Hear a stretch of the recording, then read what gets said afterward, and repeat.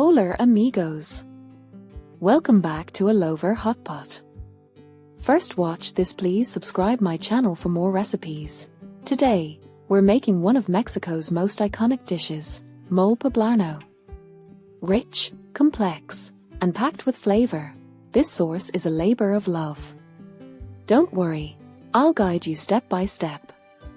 Let's get cooking. Mole poblano ingredients: you'll need 3 to 4 types of dried chilies, ancho, pasilla, mulato, tomatoes and tomatillos, nuts, almonds, peanuts, or pecans, raisins or plantains for sweetness, dark chocolate, yes, chocolate, spices, cinnamon, cloves, cumin, black pepper, garlic, onion, and a bit of bread or tortilla for thickening, chicken or vegetable broth, and of course, love. Cooking steps. Step 1. Toast the chilies and nuts. First, we toast the chilies, just 10 to 15 seconds per side until fragrant. Be careful not to burn them. Then, toast the nuts and spices for extra depth. Step 2. Blend the base. Now, blend everything with a bit of broth until smooth. Pro tip: strain for a silky texture. Step 3. Simmer and a chocolate.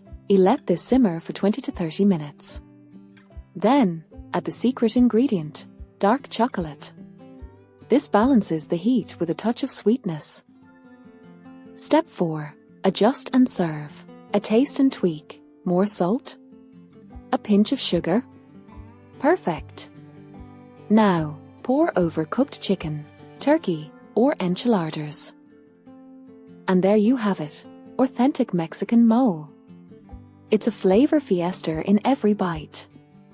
Don't forget to like, subscribe, and hit the bell for more delicious recipes.